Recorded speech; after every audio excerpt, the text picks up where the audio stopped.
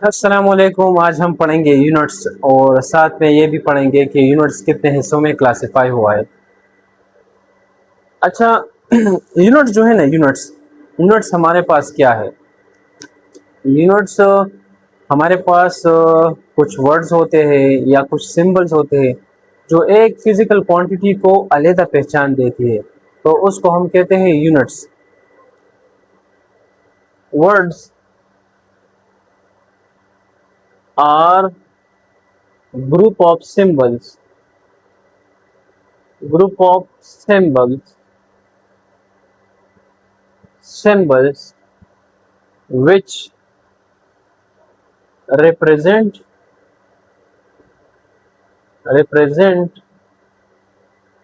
the quantity uniquely।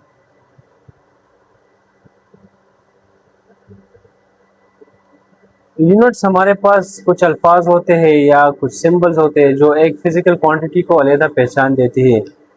अच्छा, units को हम इस तरह भी डिफाइन कर सकते हैं, a standard with which things are compared, यानी वो स्टैंडर्ड जिसके साथ हम अननोन क्वांटिटी को कंपेयर करते हैं तो उसको कहते हैं यूनिट्स। अ स्टैंडर्ड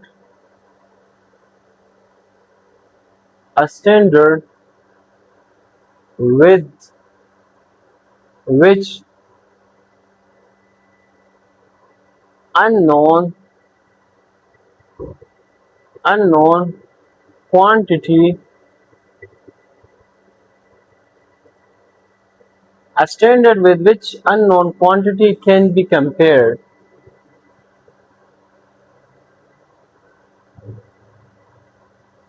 तो उसको हम यूनिट्स कहते हैं। सही है। अब देखो, यूनिट जो है ना, यूनिट्स यूनिट्स हमारे पास दो हिस्सों में क्लासिफाई हुए हैं।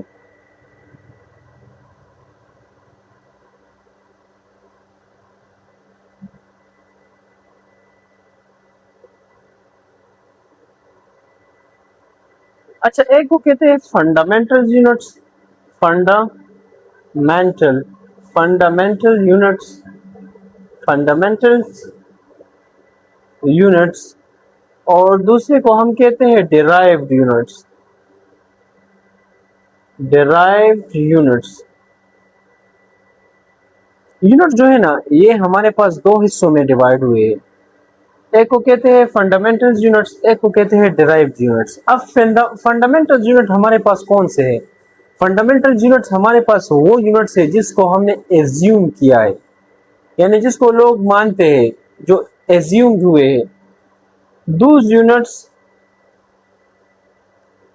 The units the units which are assumed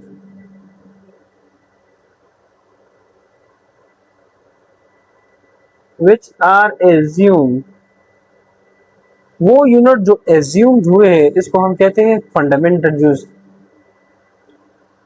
the fundamental units the fundamental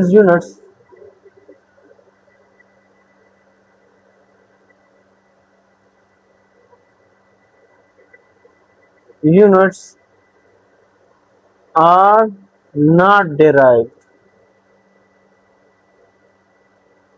ये डिराइव नहीं हुए हैं, इसको एज्यूम किया गया है, इसको मान लिया गया है। अब हमारे पास जो है ना फंडामेंटल यूनिट, हमारे पास सात फंडामेंटल यूनिट होते हैं।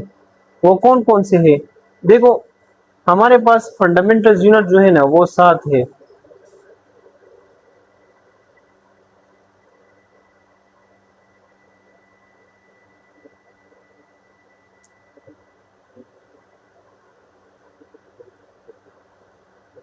टाइम टाइम का जो फंडामेंटल यूनिट है वो क्या है? सेकेंड। अमाउंट ऑफ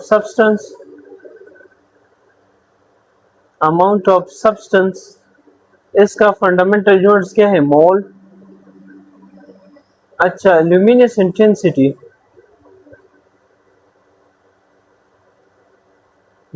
इंटेंसिटी, इसका जो है ना हमारे पास यूनिट है कैंडेला।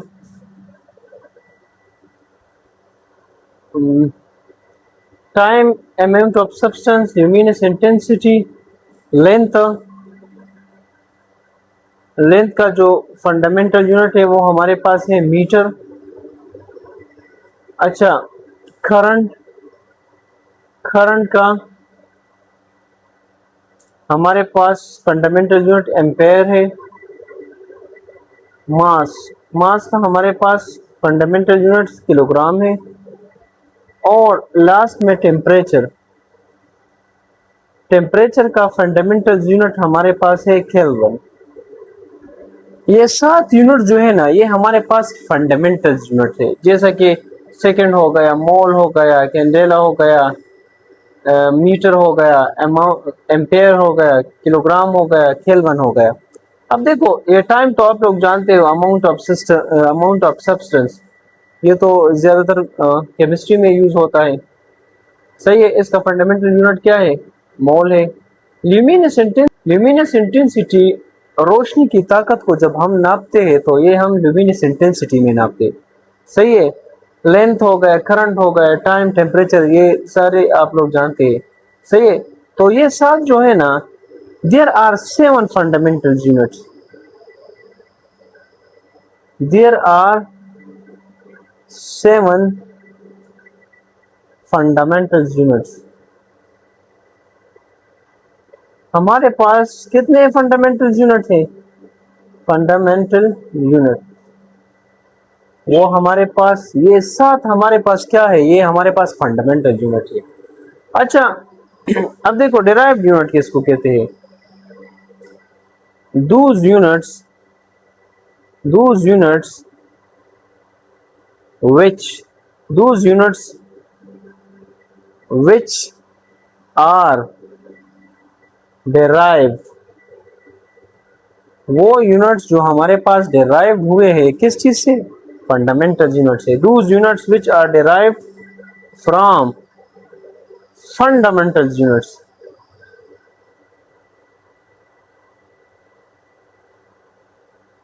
तो वो हमारे पास क्या है? वो हमारे पास डिराइव्ड यूनिट्स है। those units which are derived from fundamental units is known as derived units। वो हमारे पास कौन से यूनिट से? डिराइव्ड यूनिट से। सही है। मिसाल के तौर पर अगर हमारे पास दुनिया में टोटल 500 यूनिट्स होंगे ना, अगर पूरी दुनिया में हमारे पास जितने भी यूनिट्स है वो हमारे पास 500 है, तो इसमें से 7 निकाल दो। ये 7 हमारे पास फंडामेंटल यूनिट होंगे, फंडामेंटल यूनिट्स होंगे। और इसके अलावा जितने भी यूनिट्स रह गए, मिसाल के तौर पर इसके अलावा कितने यूनिट्स रह गए? इसके अलावा हमारे पास रह गए 493। ये 493 जितने भी यूनिट्स होंगे ना, ये हमारे पास क्या होंगे? ये हमारे पास डिराइव्ड यूनिट्स होंगे।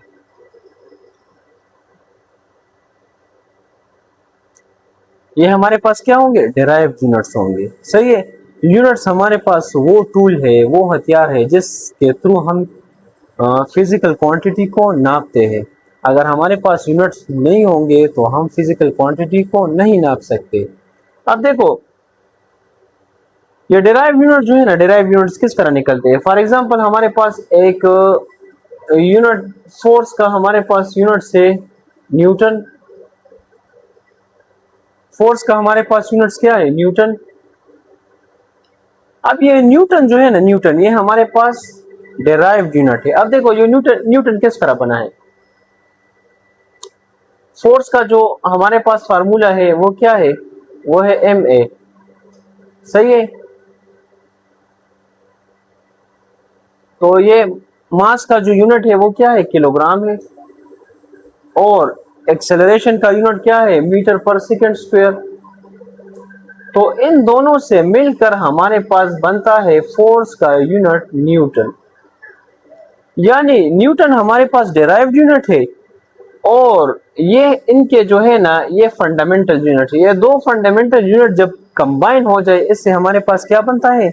इससे हमारे पास बनता है डिराइव्ड यूनिट्स। अब एक और यूनिट है हमारे पास पास्कल, प्रेशर का जो यूनिट है।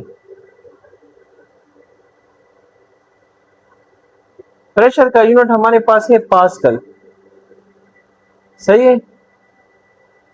अब ये प्रेशर जो है ना, ये क्या है, force per unit area is known as pascal. अब देखो, फोर्स का यूनिट हमारे पास क्या है, फोर्स का यूनिट है न्यूटन। एरिया का हमारे पास यूनिट क्या है, मीटर स्क्वायर। अब देखो, न्यूटन का हमारे पास यूनिट क्या था, किलोग्राम मीटर पर सेकंड स्क्वायर। इसके हमारे पास यूनिट क्या था, एम स्क्वायर। अब ये एक स्क्वायर एम के साथ कट जाएगा, तो पास्कल का यूनिट हमारे पास बनेगा किलोग्राम, किलोग्राम किलोग्राम पर सेकंड डिवाइड बाय मीटर। ये जो है ना, ये पास्कल का जो है ना, ये फंडामेंटल यूनिट से इनको मिलाकर क्या बनता है, डेराइव्ड यूनिट।